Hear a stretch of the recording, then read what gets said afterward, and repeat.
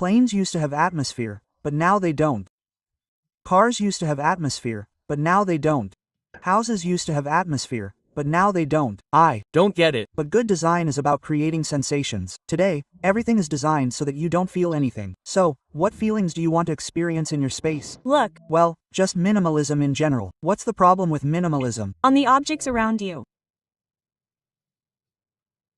Fine, atmosphere. Houses, cars, furniture, table lamps, walls, doors and windows. And what about clothes? Styles, fabrics, neutral colors and simple decorations. Is it my fault that I've loved white and black my whole life, because they're not the most basic and normal? Well, I don't like other colors. Well, I just love black, I love white. That's it. Am I bored because of this? What's the problem? These are basic colors.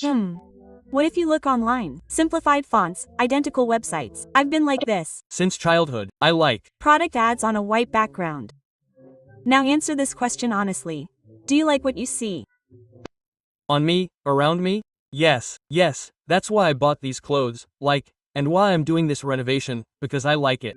In 2025, Danish blogger Alice Bodie bought a 200-year-old farmhouse and decided to give it a modern makeover. She painted the antique wood white and furnished it with IKEA furniture. Judge for yourself the result. Meanwhile, the Dacha residents, well, judging by the photos you showed, were quite nice. Everyone complains that it's simply impossible to find real estate in the country that hasn't lost its soul during renovation. Developers are buying up houses from the early 20th century en masse, stripping them of their color, and replacing antique doors with antique doors with ornaments, peeling wallpaper, wooden ceilings with holes. Yes, that's a plus. No, I understand that there should be some kind of atmosphere, 40 houses, aristocracy. Well, you see, not everyone likes grandma's renovation. We literally have a designation, a definition for this kind of renovation. Grandma's. My mother used to love this kind of thing, so you understand. I'd come to her house, and she'd say, Maxim, we'll do some renovations. How do I imagine renovations? Nowadays, there's light everywhere. I come everywhere and it's just like, I've come to Czar's village. I'm like, Mom, what the hell is this? Oh, she says, it's for renovations. I say, Grandma. Oh, Mom, I don't know anymore whether you're a mom or a grandma. What the hell is this fuss about this? Most ordinary thing. But why? So that nothing stands out from the overall picture. And this kind of thing doesn't just happen in Denmark. Medium magazine analyzed more than 7,000 photographs from the Science Museum collection. Using familiar objects as an example, he'd show how they've changed since 1800. And from the video, it's clear that gray has become more common in design over time. Browns and yellows, however, have gradually become more common. Because, mind you, they're neutral. And what does a neutral color equal, my dear friends? Versatility. And what does versatility equal? Demand. Because most people, damn it, when they're renovating a house to sell, they're like, we need to reach more people to sell the product.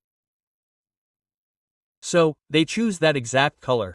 Everything is becoming a thing of the past. And on the one hand, yes, materials of that color have indeed become fewer. Wood has been replaced by plastic, natural fabrics by synthetics. But on the other hand, we've also come to regard neutral colors and shapes as the epitome of beauty and called them a stylish base. That's the base. However, this aesthetic completely changes the way we feel and behave. You've noticed the nostalgia for the past these days. We're unpacking old mom-and-pop furniture from the 2000s. Men are obsessed with vintage cars. Women aren't on the other side of the world, searching for a new vintage handbag. And in the evenings, we're all browsing Avida together, searching for truly antique furniture.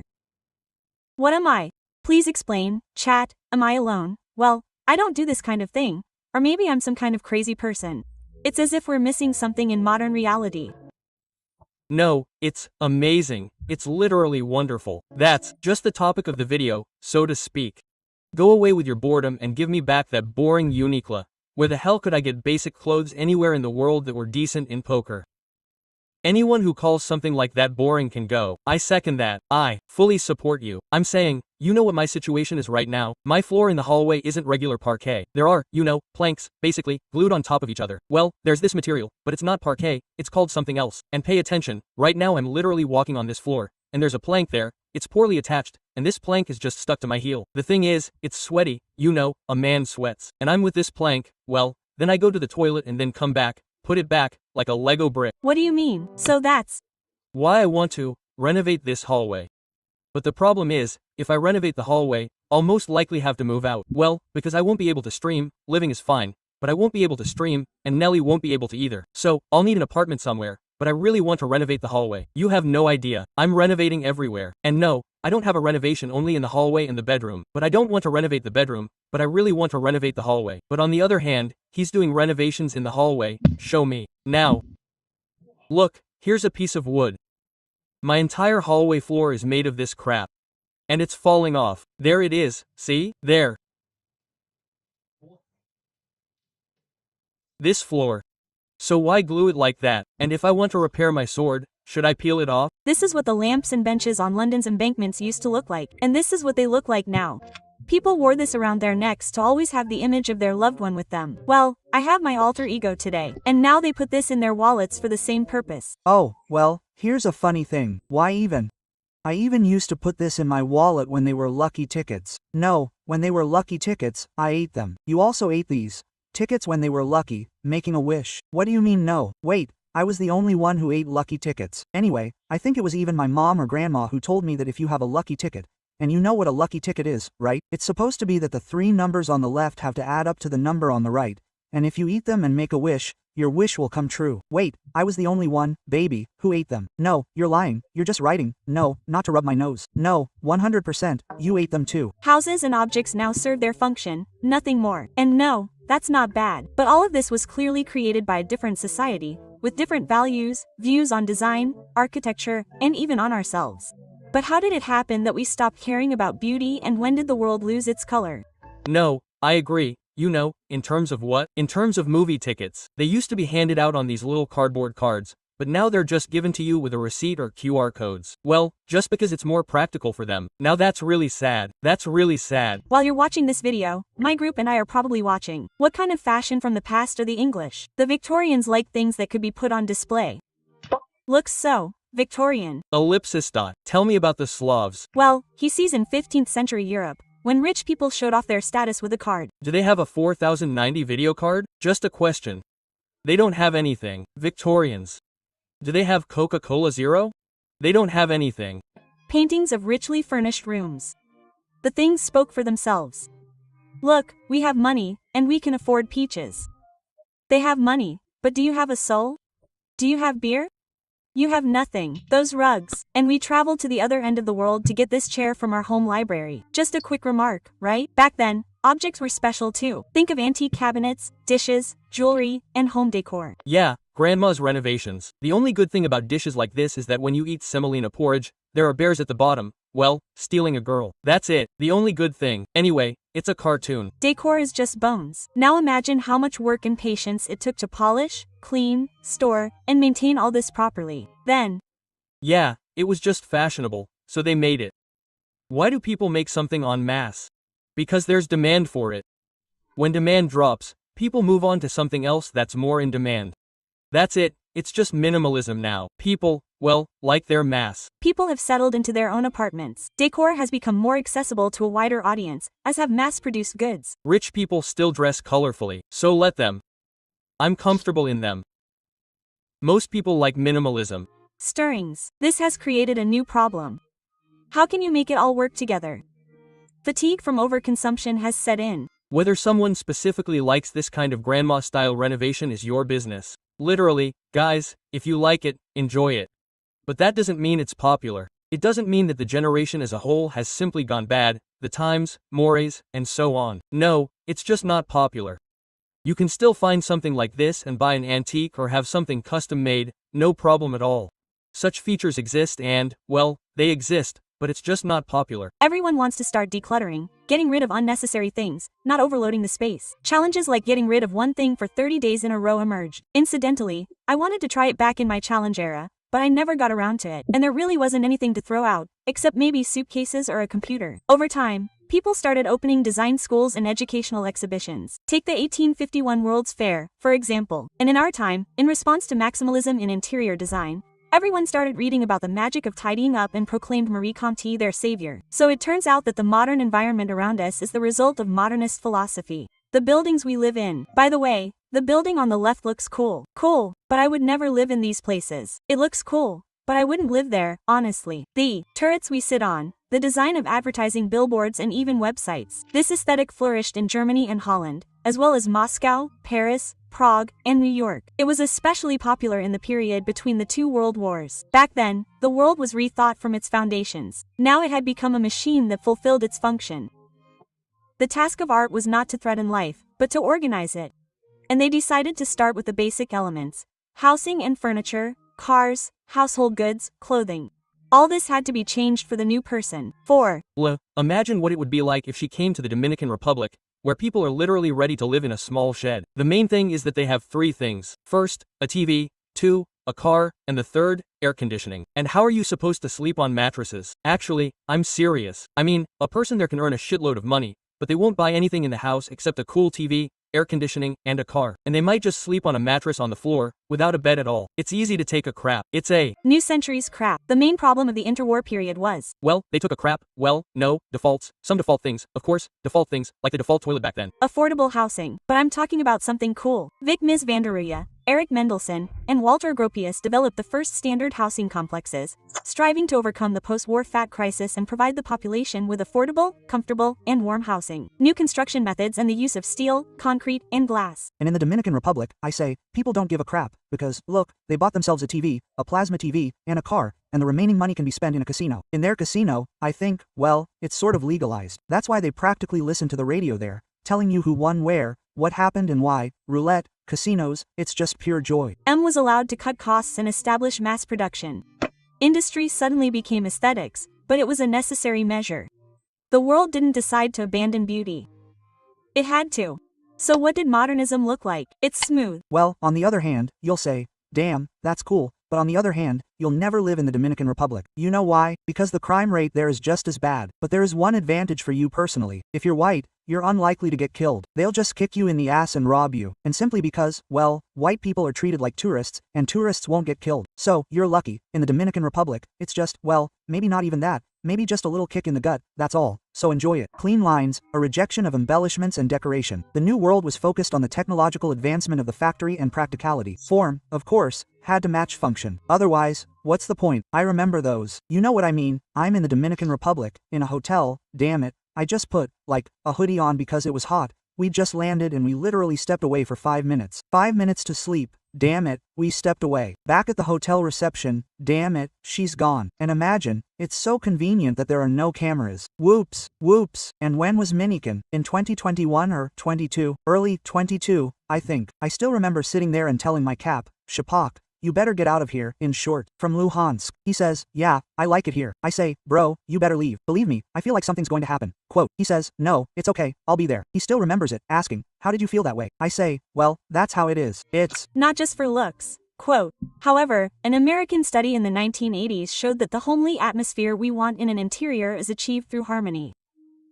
Paintings and bookshelves should hang along the interior walls. Furniture should be arranged roughly in a circle. Flowers. Lots of flowers. You'll agree, this doesn't quite resemble the ideals of modernism, where hospitals, government buildings, and the living room in the house were all built identically. Therefore, the design of the 1980s rebelled against modernist aesthetics. It was already striving to bring fun back into this functionality, becoming more colorful, not banal. People weren't afraid to create and buy funny little things like plastic pineapples, so that the house wouldn't look like the hallway outside a morgue. But essentially, the cycle is repeating itself now, and we're moving back to modernism. And none other than Steve Jobs is to blame for this. He made these principles the foundation of his quite successful business. Steve Jobs' interest in design began with the house he grew up in. It was in one of the working-class neighborhoods between San Francisco and San Jose, built in the 1950s.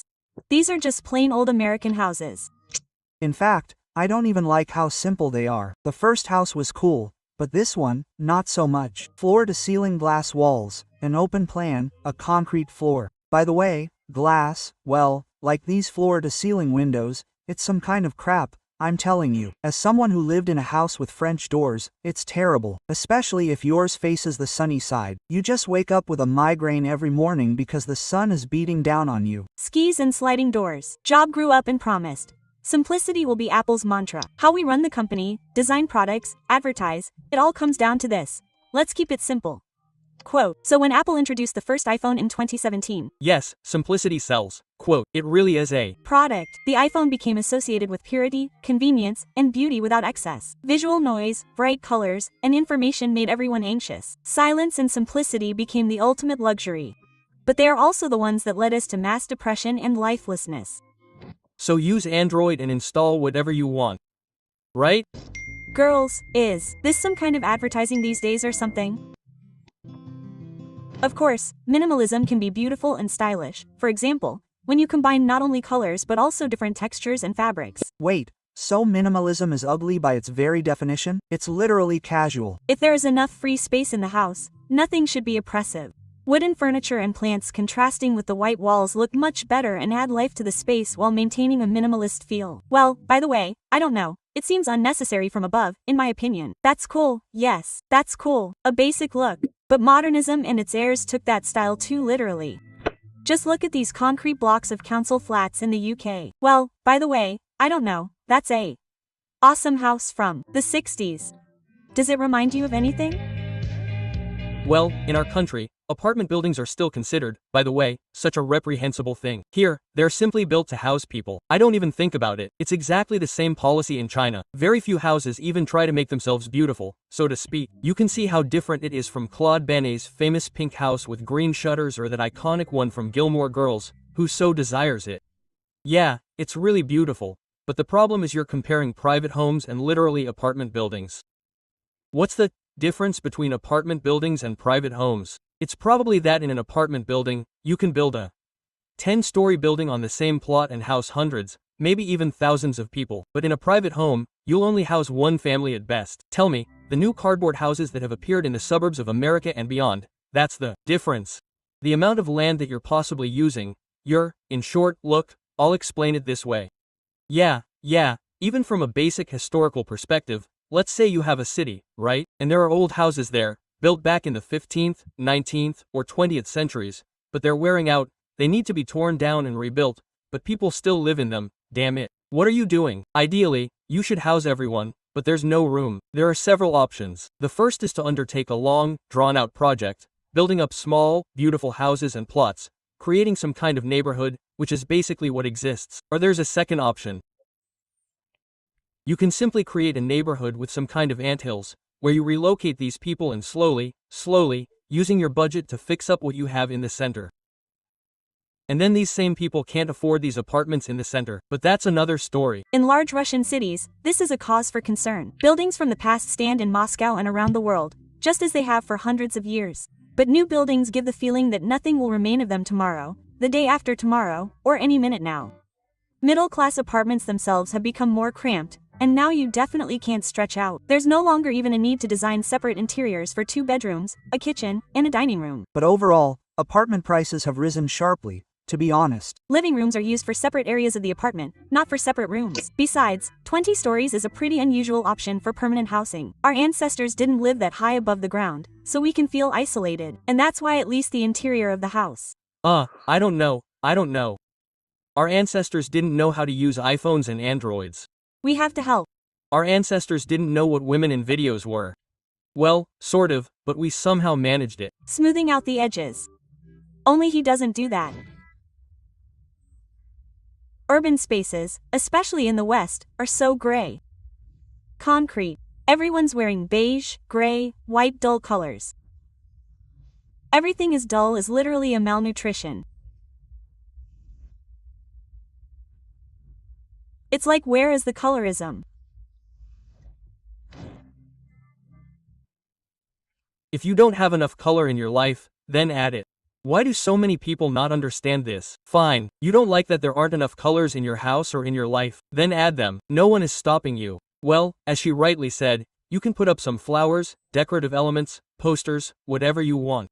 Well, it will all look basically fine for you. You don't like that there aren't many flowers outside? Not a thing. When have you ever been there? No. If you go out, for example, I don't know, somewhere in Russia in winter after a snowfall. Yeah, there aren't many flowers, everything is white. Well, in other places, I don't know, business districts. Well, business districts used to be like that. Yeah, in the same style as this so-called business. I don't know. In the modern economy, it's profitable. Maintenance costs are minimal. Laminate is much cheaper than parquet boards, and it's much easier to replace or repair if you sell it. It all just comes down to the fact that if you like something, you do it that way. It's not that it's become so damn boring. What's this in your opinion? It's entirely your opinion and the opinion of these people who've decided to do something. Well, if you're bored, just diversify your personal life. Besides, we rent more often than we buy, renting out apartments in beige tones. I don't know, on the contrary, when I lived in a grandma's renovation, I'd sit there and think, I want something really, trendy. I mean, because this kind of renovation is really perceived as trendy, cool, youthful. You sit there and think, okay, cool, awesome, you even feel a certain freedom, because when you're renovating something grandma's doing, you feel like something's holding you back. Well, you sit there depressed because of this, See, it's the same position, but on the other hand, it's literally the same position that many people voice in this video, well, just from a different perspective. It's easier to rent out housing at Pinterest. Maybe it's just that people, literally, were born into this minimalism, grew up, and started to feel stifled. Then they can be understood. Well, then you have to understand people like me, who grew up in grandma's renovations, because I don't understand you at all. It's cheaper to renovate. Let's be honest. I live in the same place myself. Everything is cyclical. Soon, minimalism will be over. They'll come up with something else. Everyone will be sick. Minimalism will go back to being popular. And that's it. Everything. Grandma's renovations are awesome. No, not awesome. Those shelves really pissed me off. It's just that the inspectors can live in my room. Like these dressers. You walk into a room, one dresser takes up half the room, and you don't understand why it's even needed in the interior, and you're not afraid of ruining a table or staining a wall. Before the affordable ones, this was literally a board attached to another board. And if you want something sophisticated, something beautiful, then you have a shelving unit in the back that takes up half the room. That's different. These aren't grandma's, guys. This is fashionable, cool, and there are figurines there. It doesn't stick out too much. It adds aesthetics. That's different. Got it. Either buy it yourself or hunt. I'm not turning into a grandma, I have lighting. My grandma didn't have lighting. See, I'm fashionable. On Era sales. Don't worry, there's a third option. Take matters into your own hands. Wood, an axe with. And she had a small lamp on the table, I remember. But this is different. It's more youthful. A workshop and a few days of labor. In general, functionality is more important again because of the economic crisis. People don't feel stable about their own home. Often they don't even own it, so people try. You only had money for rent and a deposit. Well, that's it. I bought an unfurnished apartment. So, I rented a place without furniture. So what's going on here? I'm dancing in a rented apartment. I'll get 20 square meters, when my room at my parents' was 6 square meters, but I live alone. Yeah, that's how it works, yeah. Do you know how much your parents' apartment cost? Even if you translate it into rent, that's crazy. That's even more. Just imagine, if you're uncomfortable in this apartment, live with your parents. What's the problem? If it's more comfortable there, well, yeah, housing prices are what they are. Just imagine, guys, when you live with your parents, you don't have to pay rent. But when you live alone, you have to pay rent because it's a different apartment. You know who pays rent? Your parents. Won't settle in. Unless, of course, it's a purchased apartment. If it is, then you literally pay utilities and taxes. Like it? I like it. Dark Knight. According to statistics, 67% of Zoomers, including me, would like to live in private houses year-round. Asiat. You'll lose your desire right away. I'm telling you, people who've never lived in private houses want to live in them. And I'm sure the villagers are just laughing now. Yeah, not even the villagers, the ones who lived in regular cottages, even those without a garden. You just don't understand how many problems private owners cause. Seriously, I lived in a private house, and I don't want to live there. Again, I don't want to. Well, in particular, it's only possible if it's not too far from the city, and I have a private butler who will take care of all these little problems, like if a pipe bursts, let him do it, shovel the snow outside, warm the lawn. Oh, well, you get the idea. Here, paint all these pipes with something like this. There, well, if it's like that, then yeah, that's it, yeah, but if it's not there, I'm FCKED. It's just awful. I remember coming back from school, shoveling snow, doing my homework. My parents came and said, "Why didn't you shovel the snow?" And I went back to shoveling snow. And every time I spent an hour on it. Every time, damn it. You always come home suddenly and hear that you have a break, well, something's leaking in the basement, and you have a flood there, and you're sitting there like, damn it, just shoveling all this water, then they come and sort this crap out, and then it breaks again. And the most important thing is, if you're unlucky, you'll end up in a situation like mine, where you'll just have a cold house, and you build there, rebuild it, it'll still be cold, and no heater will save your life. This is also very important, because the big question is, what was going on during construction? It often happens that during construction, people just, neglect insulation. And then, after a while, obvious problems arise, like your whole house is just full of drafts. This is something you need to take into account. There are a lot of, well, oddities there. And I won't even mention the internet. Transportation from home to the city is also a problem. Deliveries, taxis. Well, you're literally in semi-isolation. Yes, it's very convenient, really. It's very, and most importantly, you'll be scared if you drink, especially when it comes to being home alone. Try sleeping alone in a private home in the winter, damn it, at night. Anton Tatarja, the mafia boss, slept with a pistol under his pillow with a traumatic pistol because he was scared. No, guys, I'm telling you, living in a private house isn't for everyone. It's seriously not for everyone. You either get used to it from birth, or, well, you just have security guards, a butler outside, mowing the lawn, a gardener, and so on and so forth.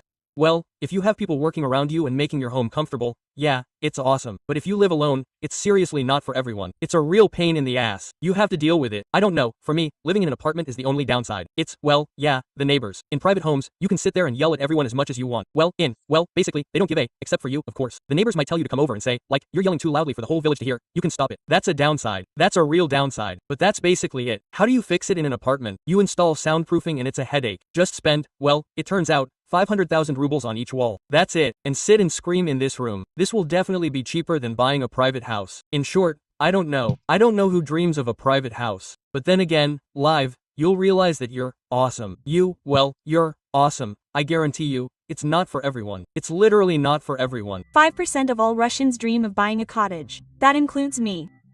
Many people today don't know the feeling of owning something of their own, and therefore the feeling of freedom to arrange a space to your taste, without strict square footage limits. Besides, Zoomers and Millennials were raised by people of the old school, who remembered the war and the talks. Our grandmothers adhered to the principle, don't throw anything away, don't want anything. And mowing the lawn is a thrill. Oh, how much fun. Especially when you're getting stuck grass out of the mower. I used to live at the dacha cottages only in the summer, now it's half the year. There are some pitfalls. I'm lucky my grandfather bought a house on a swamp in Khimki, and now there are buses to the Moscow metro. God bless Sabinin.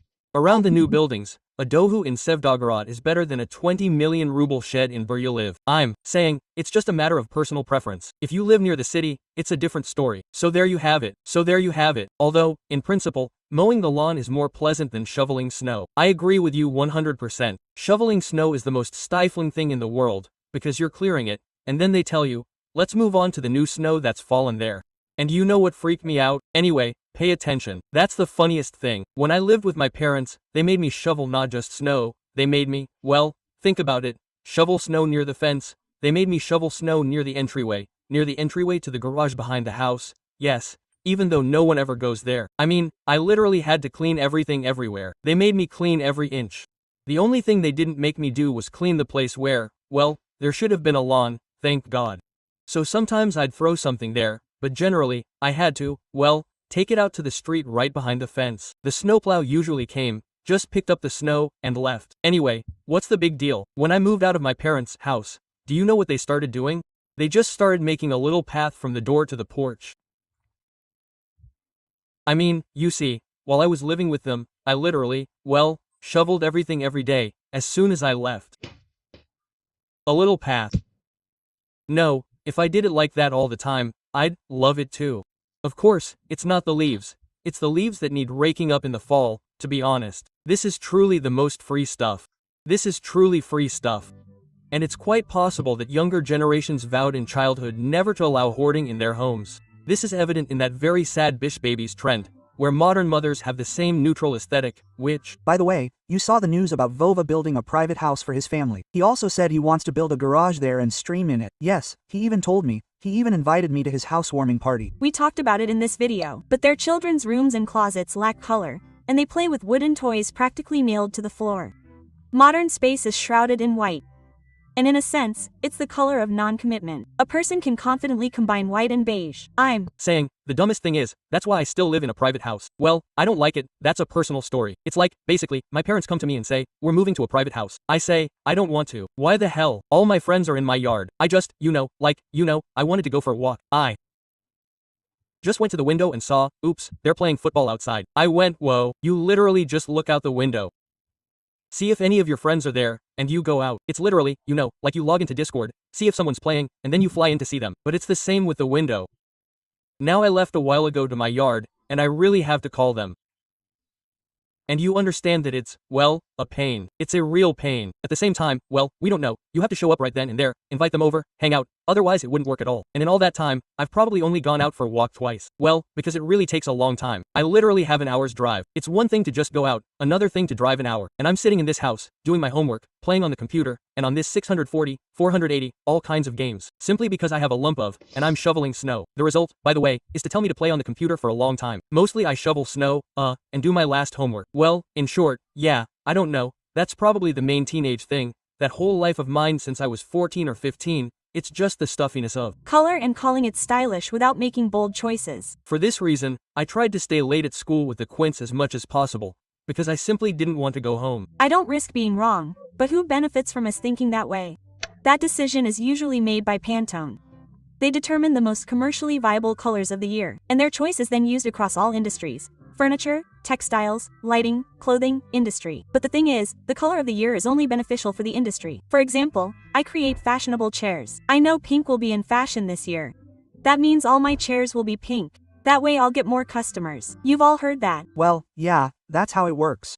We have a color of the year, or are you out of fashion? Probably, every year, one of. Yeah, that's literally how it works. Yo, the main ambassador of Pantone's color of the year is Kim Kardashian. Just remember her house.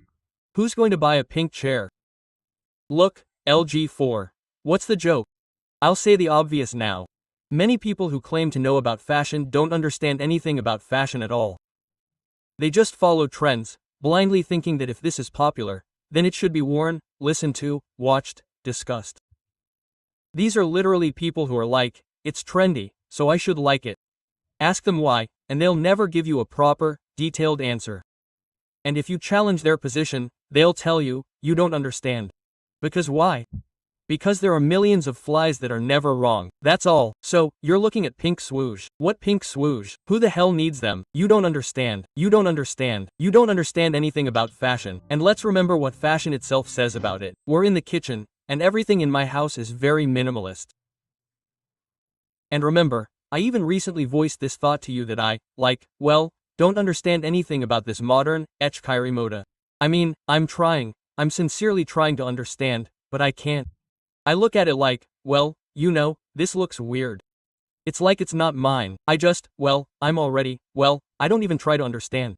I don't like it. That's it. The main thing for me is that I don't like it. Why should I try to adapt to people's opinions, so that, they say, Max and Chick, you're with us, I don't care. I won't like this. What difference does it make? I think there's so much chaos in the world that when I come home, I want it to be quiet and peaceful. However, not everyone likes that. Many people say that her house is more like. I say, it seems to me that if it were fashionable to have your own ribs removed, many would have their ribs removed. It looks like a mental hospital. Don't ask me how I know that ribs need to be removed. It's just, these are obviously problems. It's soulless, unwelcoming, and not really beige, but gray. But there were, of course, a lot of comments about how exquisite these houses are and the pinnacle of modern design. Sure, it's a fortune, but if I were stuck in a house like that, I wouldn't be happy. Okay, I might be happy for 5 to 7 days, yes, but then I'd start to slowly go crazy. For example, I don't want to walk into my house and see that I haven't made a single decision here, haven't scattered a single sock, and haven't had a single drop of coffee. But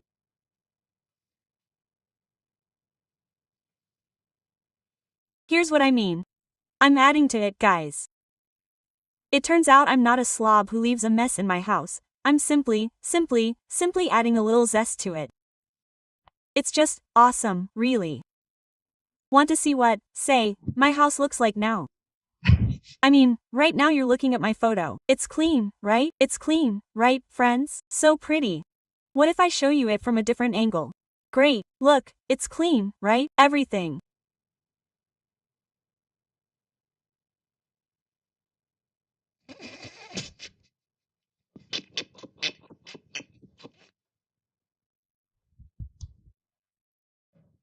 The main thing is what's not visible in the frame. What's that? And just so you understand, it's exactly the same with Nelly. She just has you walking. Beautiful shot. Everything is wonderful. On the bottom right are 4 McDonald's bags of trash. If you have a house, a dog, and white furniture, then you'll constantly have to run around with a rag. Of course, unless you have a squad of maids coming to wash everything. Or if your child isn't a runner, and that's the idea. But what's important to understand again is that Jern Kardashian's house matches her brand and plays into her hands. After all, when she moved in, when she decorated it, she was actively developing the Skims brand. And this company also has this. I'll be right back. I really need to pee. I'll be right back. Oh. What do you mean? I was going to pee. What a beige aesthetic. So, for her, it was part of a PR campaign and a very strategic move. So, it's definitely not something everyone should strive for. And generally, when the economy is doing well, colors become brighter. That's where the nickname comes from, for example. Kardashian, by the way, is also an objective reversion to this minimalism, by the way. The Great Depression in the US. We saw him. His apartment is simply a room for a mental patient, all white. Brown hair. But in recent years, videos have been appearing on TikTok where they say gray has become the dominant shade. There aren't as many colorful cars on the roads, and home design is trending toward these gray interiors. Home features like carpets are gray, cabinets are always white. And outside of the home, big businesses are losing their recognizable looks. A Saul minimalist, and it often appears in the recently dolled up homes of influencers of this age. Well, yes, because it's popular, it's profitable, and everything sells before age 20. And it's become so popular that all sorts of people, designers, real estate agents, use the rating, and ultimately just beg for mercy. Everything has become the same, everything has lost its flavor. You know, to me, gray isn't a very calming color.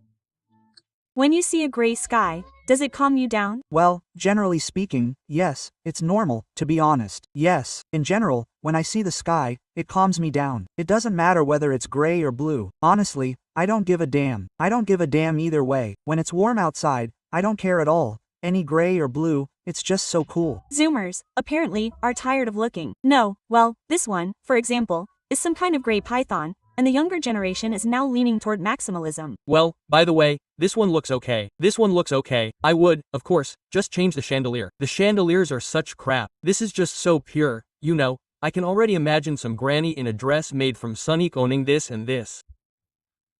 I can just see her. This is the left one, normal. And the expression? Well, this is total self-expression based on individuality.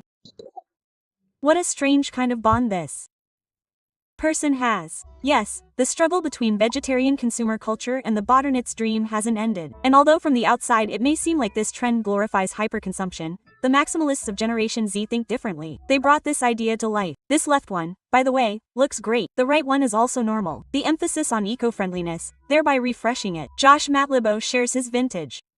Well, the left ones are something else entirely. Finds and decor made from recycled materials for his maximalist apartment in Melbourne. At the moment, cluttercore, or organized disorder, is the perfect way for Zoomers to show off an interesting version of themselves, as social media demands, without the fact that these are literally American apartments of the 2000s, aren't they? Apartments are overflowing with information. So half the apartment could be thrown out. And it's not that we should go back in time in a time machine and destroy our fathers. Mod, 50 posters slapped on the wall and it's fine. I'm not saying everyone should just up and destroy their entire apartment. And I was planning, by the way, to throw chairs around, rip off the light wallpaper, and become a vintage coquette bimbo core. No, well, you can at least think a little. For example, what kind of teacup do you prefer to drink tea from? V.Doc Nav. White Baymax. But overall, well, who cares?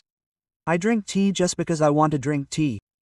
Do you really have to think about what the teacups I drink from look like? What's the point? It won't make it any tastier. Develop an eye for nature. What exactly do you find beautiful and what isn't? The influence of modernism can't be erased. Will it? No, it won't. It will. Guys, tea might taste better if you're sitting in company, but never from the cup, damn it. But you can make these ideas coexist with the traditions of the past. Take the best from everywhere and surround yourself with pleasant things. This is what vases for indoor flowers look like. And notice, they were different. Oh, my grandmother had those, I think. They even used to be just wristwatches. Well, some kind of jewelry like that, for life. Wow, it's pure and in the style of Dolly. Cool, right? That's a cool strap. True. Don't bother with the mechanical functions, metal, engraving, its own history. You wouldn't be ashamed to pass on such a watch to a child or grandchild, as a keepsake. Nowadays, most watches last several years. Battery, electronics, and fashion for a couple of seasons. Smartwatches are becoming as obsolete as smartphones. A new model has come out. You can throw the old one away, and you can still check the time on your phone, and compare the old one. Yeah. Because watches have become just an additional way to use our devices. In short, our main gadget now is the phone. That's the most important thing. Everything else that's being created works in conjunction with it, complementing it, in short, increasing the number of possibilities for using it. Watches, these glasses, with cameras, and so on and so forth. All of this is designed for the phone. Everything is integrated with the phone, because it's literally the top device in our lives. It's our passport, our means of communication, our way of finding information. In short, literally throw away your phone, and many people will simply get lost, because everything is there, our real life is there. Whether you like it or not, well, it makes our lives a lot easier. A lot. Photo frames with modern ones. Some were heavy, carved, and made of precious materials. Now the photographs are lived by wives. With a watch, you can just, use the same functions as an iPhone, just without having to access them. That's it. Within the frame, the phone's memory has become an endless feed. That's probably why Zoomers have rediscovered photo booths, especially those with retro-inspired prints. They suddenly found it important to preserve warm moments again. Lockets like these weren't made for trends, but because people wanted to put aside an object of feeling and meaning. Well, that's different. That's still the case. That's it. That's still the case. That's just different now. These little pendants are memorable. They still exist. I have one of those pendants. They could hold a photo of a loved one, a piece of hair, a miniature drawing. It was a very personal, almost intimate piece of jewelry. Today, it's all about the mass production. The same hearts, inscriptions, or icons. They look nice, but they no longer have the same meaning. Handmade items have become completely unnecessary. Once upon a time, Christmas tree decorations were collected over the years. They were a continuation of family history, making everyone tremble in anticipation of the holiday. Now they're ordered on marketplaces along with socks and thrown out on February 1st, along with the Christmas tree and half-eaten bacon. Well, I agree with that, by the way. I agree. But I, for one, think this is just a story about how many people have started to devalue New Year's holidays in general. I mean, they're not as exciting as they used to be. Because what's the point? For example, putting up a Christmas tree used to be like a micro New Year's. It was always a holiday. Often, when they put up the tree, they'd turn on New Year's music or some New Year's TV series or movie to play in the background. But not anymore. Now a Christmas tree is literally a pain in the ass. You don't have to figure out how to find a place in the apartment to put it up, assemble it, and then you have to disassemble it and put it away somewhere. Well, it's all about space, I'm always concerned. And a Christmas tree always takes up a lot of space. You might say, we could have a small tree, but that's not quite right. That's not quite right. That's not right. Not right. Not right. Not right. Well, I agree about the toys. I remember that we also literally had the same toys that we constantly, put on. But let me remind you that these toys and this Christmas tree took up, a huge amount of space on our balcony. Because, it's stupid, impractical. That's all. But that doesn't change the fact that in some families, for example, this tradition still takes place. Why do many people forget this? I'm sure many people in the chat also have the same Christmas tree, the same toys, which are in a box, like ours. They take them out, they constantly put them on.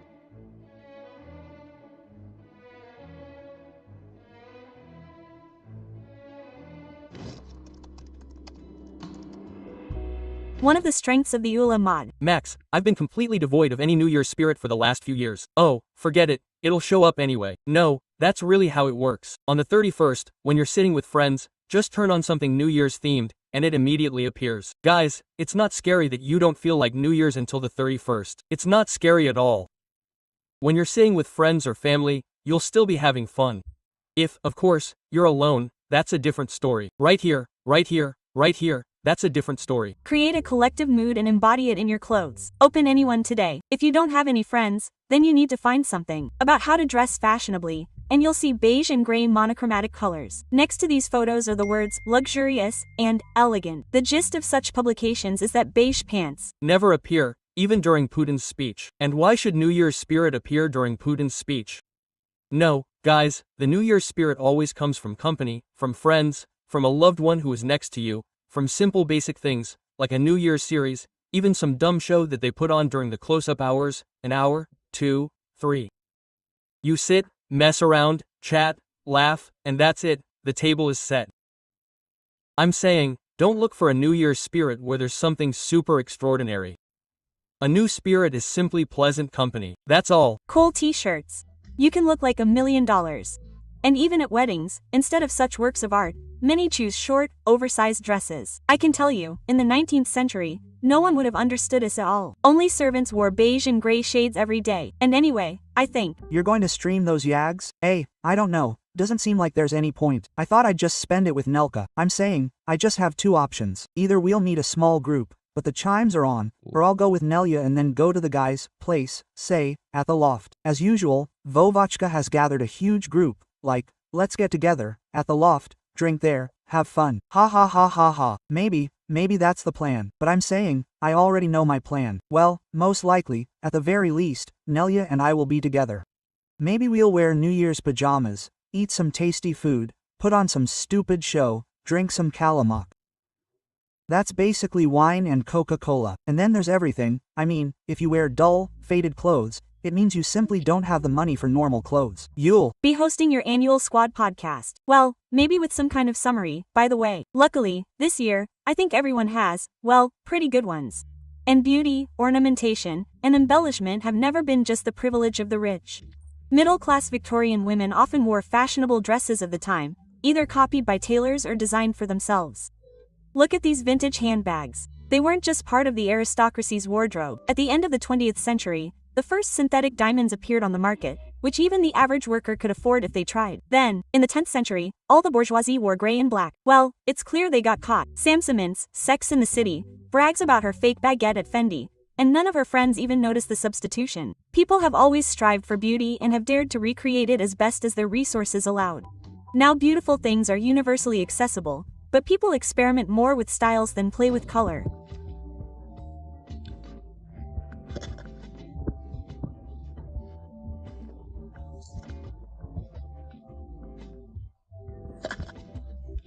He can.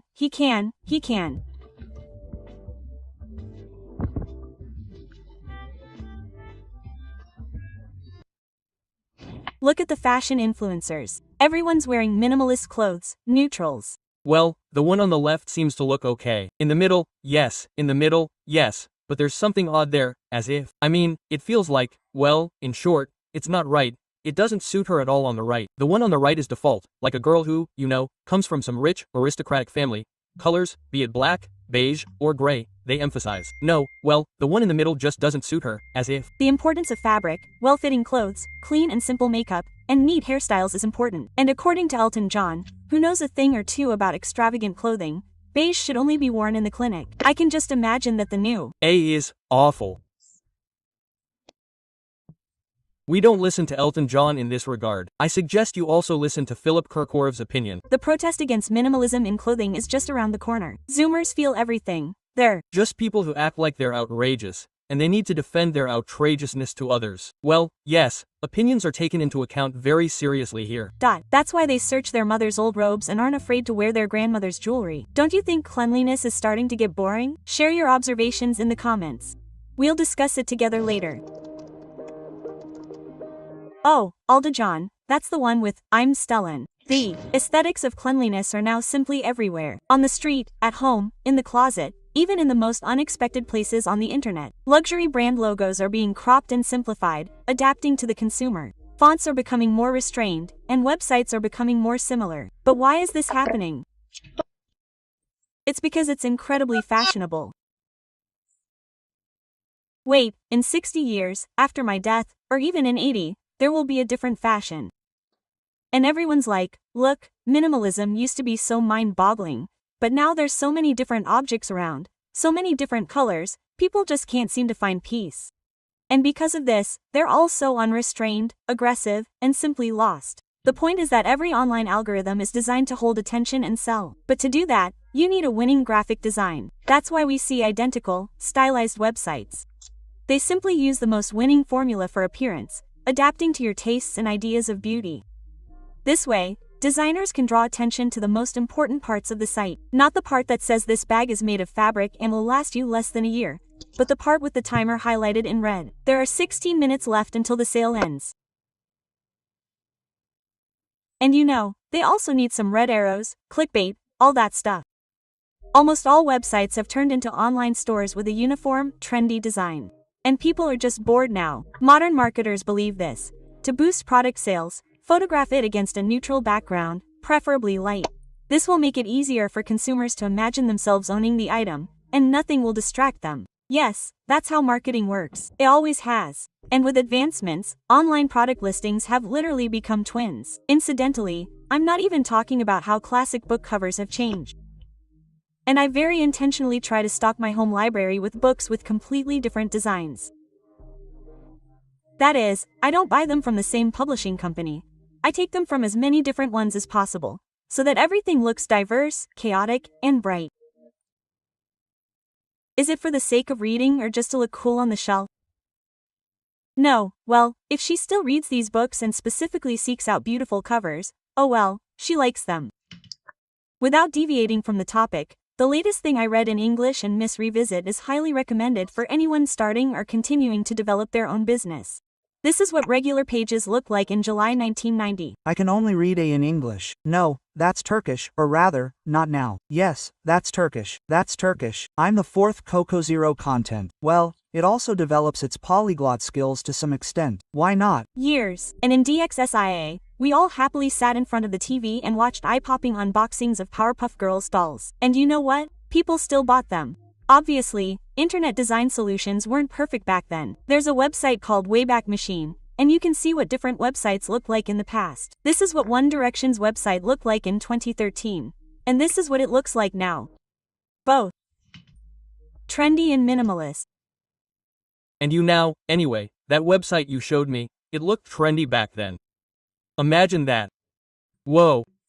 Don't ask me why I chose that particular website. Yes, websites weren't that user-friendly when it came to buying something, but it was heartwarming and interesting. Yes, because no one knew how to make websites. Literally everyone was just putting up whatever they could because they thought, oh, cool widget, cool part of the website builder. They just slap together the layout and have a blast. Now, people kind of understand how they should be designed and they're following that scenario. Well, yes, when people start to figure something out, a true direction does emerge, and everyone tries to follow it. This applies to any activity, and in any activity that's already been developed, many people start shouting that it was better before, because people didn't really know what to do with it. YouTube used to be better because they didn't know how to do it right. They did it with all their heart, the best they could. Yes, of course, they weren't pioneers, so they tried everything. It looked different. Yes, it's a cool wipe. It works at the very beginning of everything.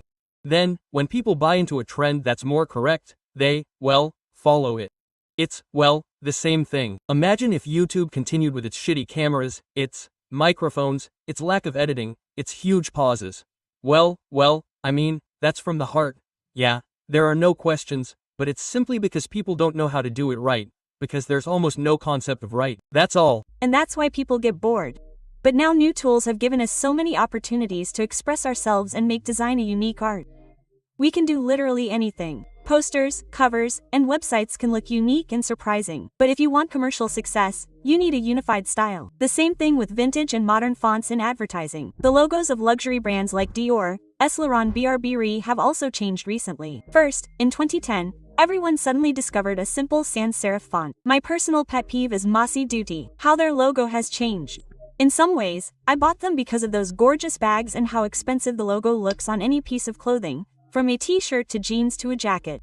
Now the logo looks more like ZRU, Pull & Bear, or Bergka, and, well, yeah. I want to buy something from them. The font is different, it's sad. Like it's starting to fade, because I think it's not the same quality anymore. How does lettering affect it? Creative directors, fashion. I thought I was buying something because I liked the product. It turns out the fonts and bags are to blame. Mauve, solve. This, literally, as you know, people come to assume for the bags. Let's simplify everything so that it can be printed on a t-shirt, posted in stories, and seen even on a small screen. Designer Hedi Slimane changed the Dior logo's font, shortened it for Saint Laurent, and removed the apostles from Celine. But the funniest thing is, he probably gets millions of dollars for it. Imagine. You'd get a donation. For such a hoot in. The second year, they've returned to their roots again. Burberry pulled out the anticules from 1901 to emphasize their English pride.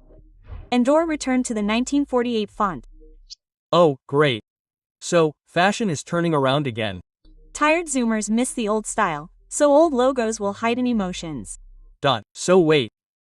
Soon we'll be talking about how minimalism is missing. It even makes you feel connected to history. And this situation, with many brands returning to tradition, speaks only of one thing. All brands want authenticity and not minimalism, as they say. If you want to understand, oh, yeah, just because they saw that there's a rush to say, oh, come on, guys, let's get even more excited about this. Becoming, well, let's put it this way, especially if we're talking about D, it's not for everyone. We're not like everyone else, you know, guys, we're different, we're unique. Yeah, buy our product. If the past had brought them, well, more income, they would have gone back there. They just don't give a damn. The company thinks first and foremost about how to sell its product better.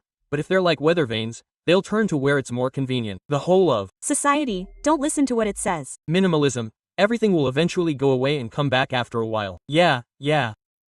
Fashion comes and goes, comes back. Everything is cyclical, guys. Just look at what it creates. That's how they chase the agenda. The same companies were saying, oh, guys, it's really important to focus on inclusivity. Guys, this is important. Think. Try to think. As soon as the weather vane really started to swing, they're like, well, I mean political ones, they're all like, you know, guys, these are people like people. No need to single anyone out, just have fun and enjoy the game. In all this confusion, the main question is for you. What do you personally like? Do you like minimalism? Enjoy minimalism. You like this grandma-style renovation and all this antique tinkering, enjoy it in general. But if you're interested in why companies do this or that, it's simply because it benefits them. Because there are people who, you've seen a bunch of inserts from others, see. Period, to be a cool content maker. Period didn't return to its roots and made itself period. It lacks minimalism. Well, okay. I'm a little off this time. Well, basically, if you're someone who literally follows mods, literally, if something's popular there, then, well, this video is for you. And, well, if you're someone who, well, just likes it, as you like it, then, of course, you simply won't understand this video. Well, really, because you're like, why should I like this? If it's crazy, if you like grandma's renovations, you're like, well, I like it, minimalism is popular there. Well, what difference does it make anyway? What difference will it make? That's what it's all about. It's important to remember that homes and things are not made to be posted online, but to be lived in and loved. So there's no point in striving for the ideal from Pinterest if it doesn't resonate with you. Write in the comments. There you have it, a fact. What do you think of modern design trends? What color wallpaper do you have in your room? What style do you dream of decorating your home in? Like this if you like gray, a gray house. A black man sits in a black house. That's how I want it. So basic. Really basic.